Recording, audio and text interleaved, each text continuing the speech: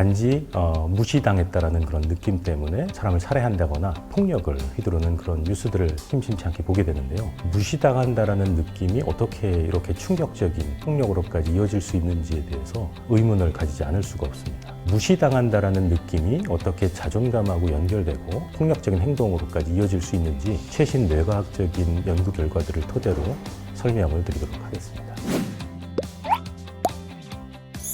예, 안녕하세요. 저는 고려대학교 심리학부에 있는 김학진이라고 합니다. 반갑습니다.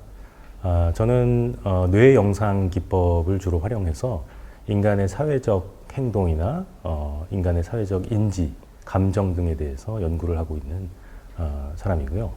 오늘은 최근에 여러 이슈가 되고 있는 자존감에 대한 문제들을 뇌과학적으로 설명을 해드리고자 합니다.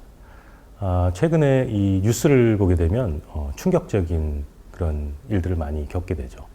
단지 무시당했다라는 그런 느낌 때문에 사람을 살해한다거나 끔찍한 어떤 폭력을 휘두르는 그런 뉴스들을 심심치 않게 보게 되는데요.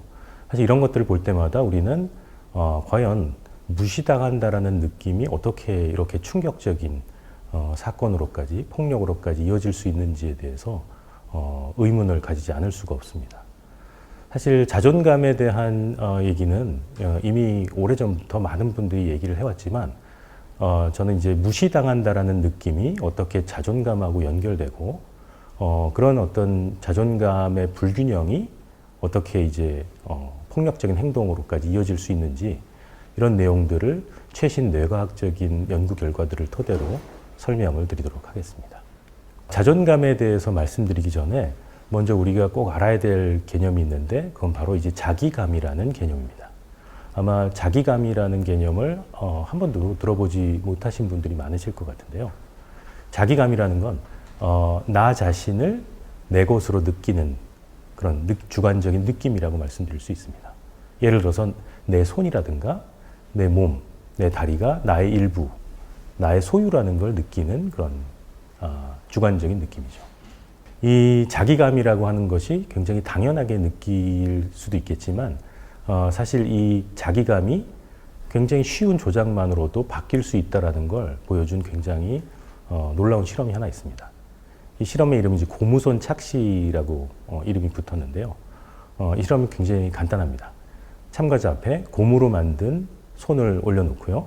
그 사람의 실제 손은 가림막 건너편에 위치시킵니다.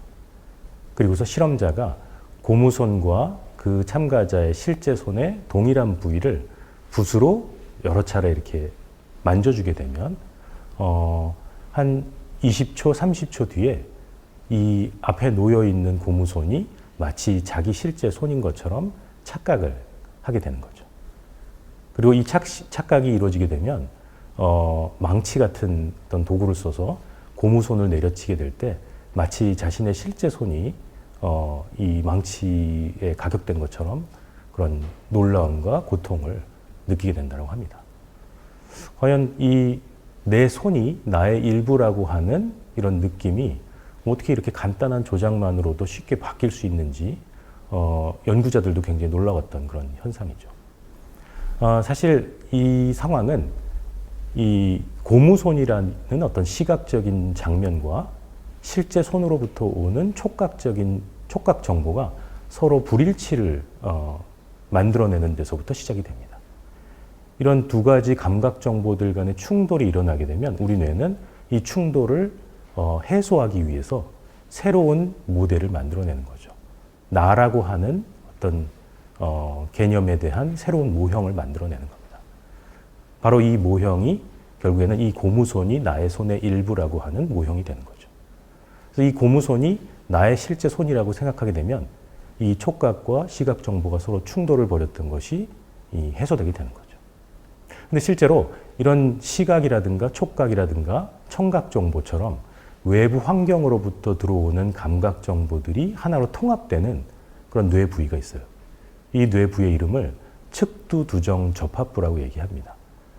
조금 어려운 이름인데요. 이 부위는 오른쪽 옆부분, 이 뒷부분에 위치하고 있는 그런 부위인데요. 이 부분을 일시적으로 기능을 정지해 줄 수가 있습니다. 실험적으로 가능한데요. TMS라고 하는 연구 기법이 있는데 이 TMS라고 하는 기기를 사용해서 해당 부위를 일시적으로 기능을 정지시킬 수가 있습니다. 한 30분 정도 효력이 유지되는데 이런 처치를 가하게 되면 고무손 착시를 경험하는 확률이 훨씬 줄어든다라고 해요. 이런 걸 통해서 우리가 알 수 있는 건 뭐냐면 어떤 시각 정보하고 촉각 정보가 서로 충돌을 보일 때 이 충돌을 해소하기 위해서 우리 뇌는 새로운 모델을 만들어내게 되죠.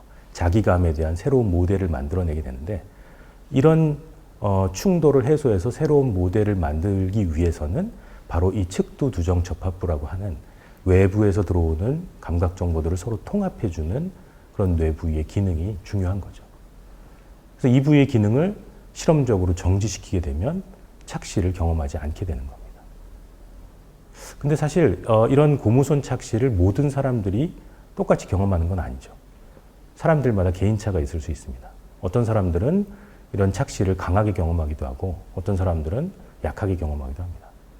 이런 개인차는 그럼 과연 어디서 오는 걸까요? 여기에 대해서도 또 하나의 흥미로운 실험 결과가 하나 있는데요.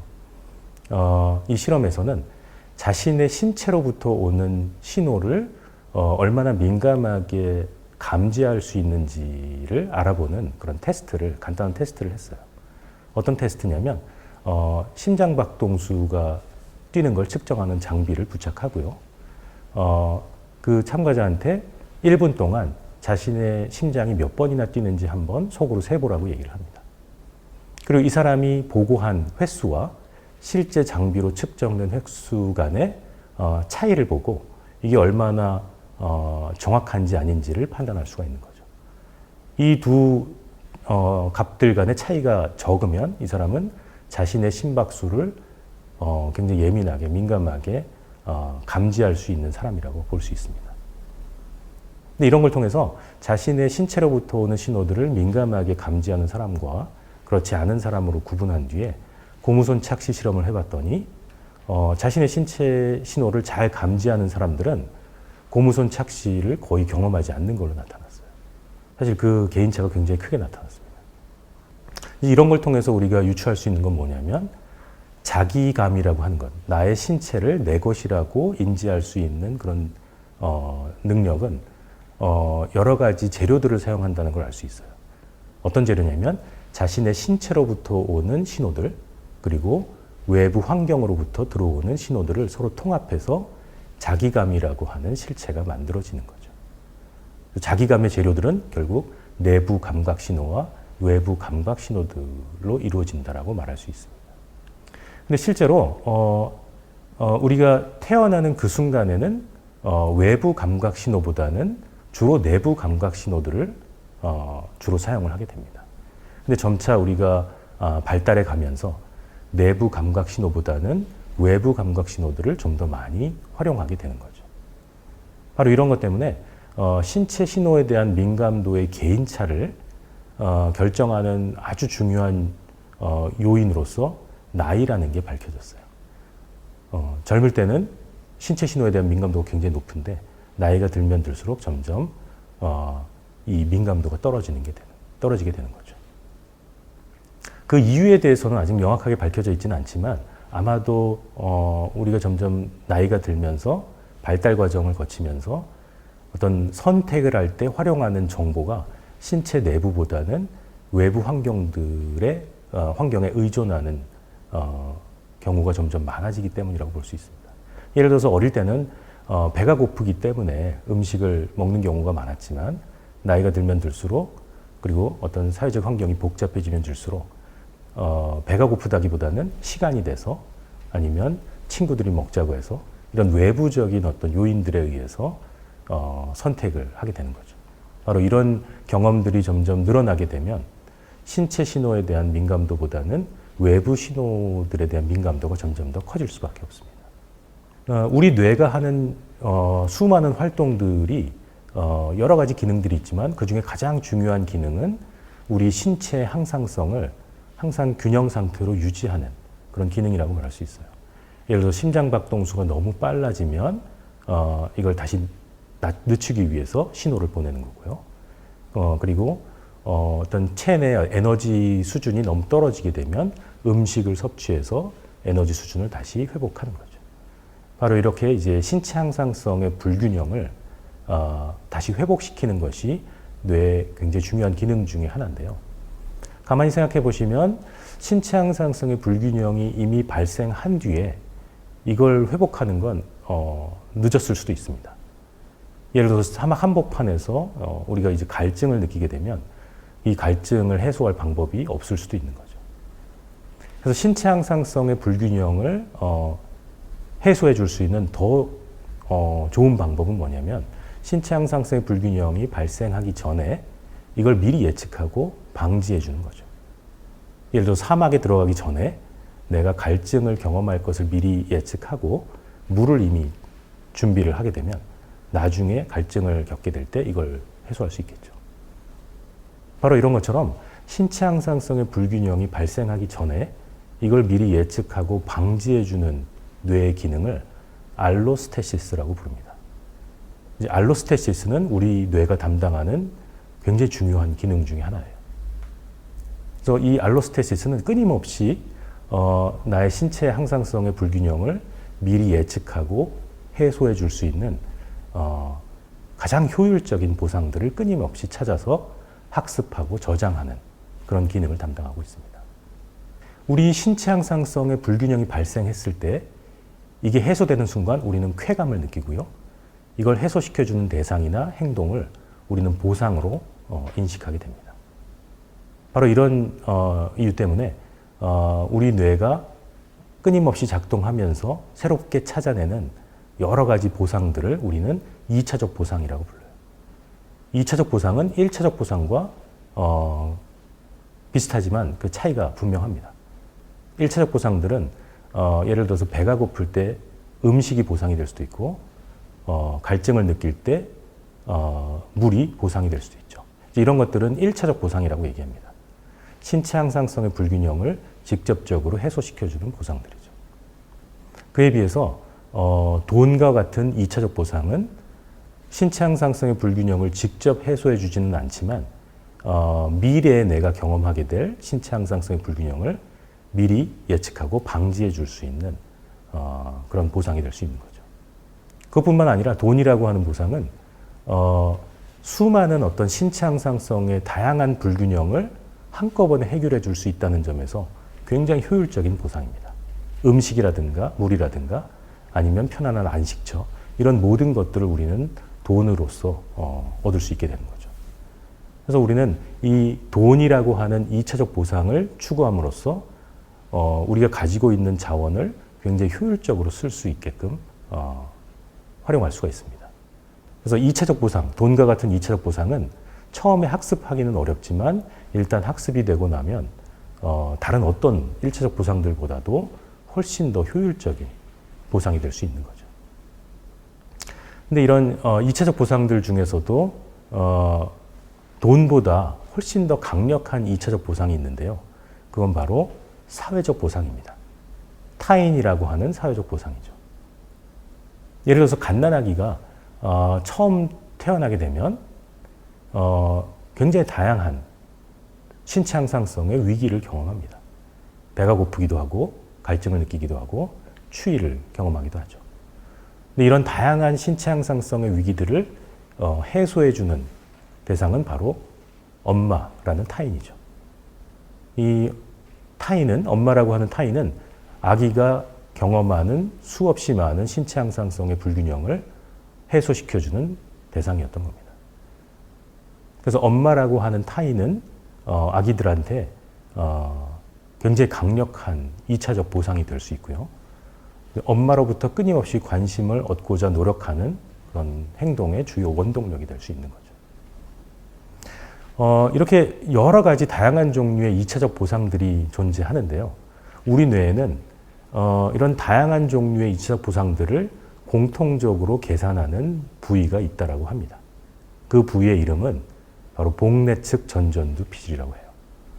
좀 어려운 이름인데요. 이 복내측 전전두 피질은 어디에 위치하고 있냐면 여러분들의 이 눈썹 사이 눈썹 사이의 미간으로부터 약 5cm 정도 뒤쪽으로 들어가게 되면 위치하고 있는 곳이 바로 이 복내측 전전두 피질입니다.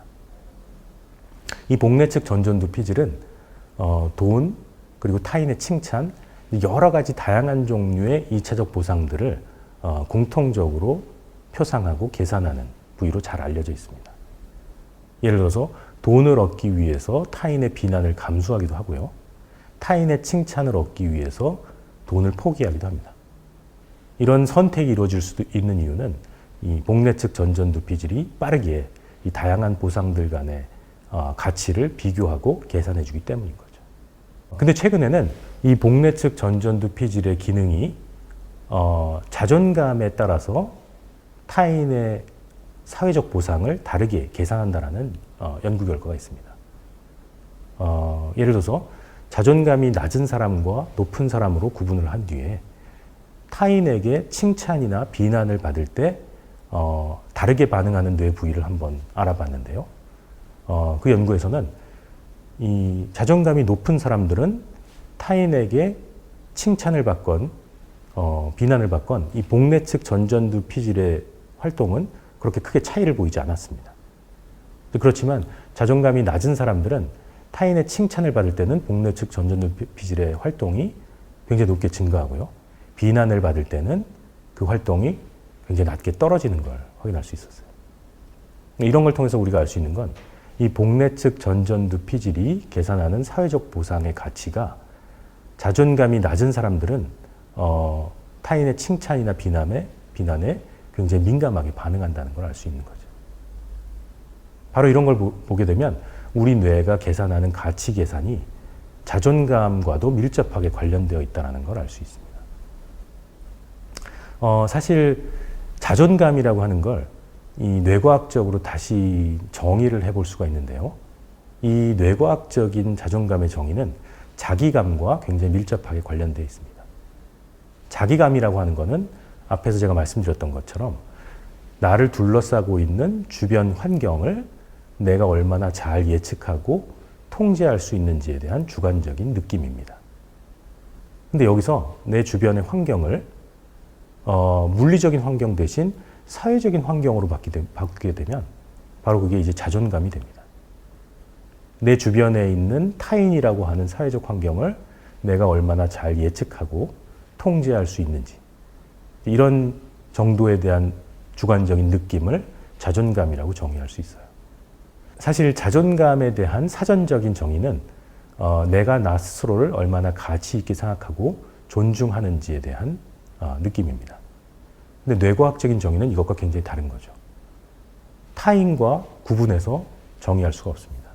내 주변에 있는 사람들을 내가 얼마나 잘 예측하고 통제할 수 있는지, 그게 결국 자존감을 이루는 가장 중요한 재료라는 거죠.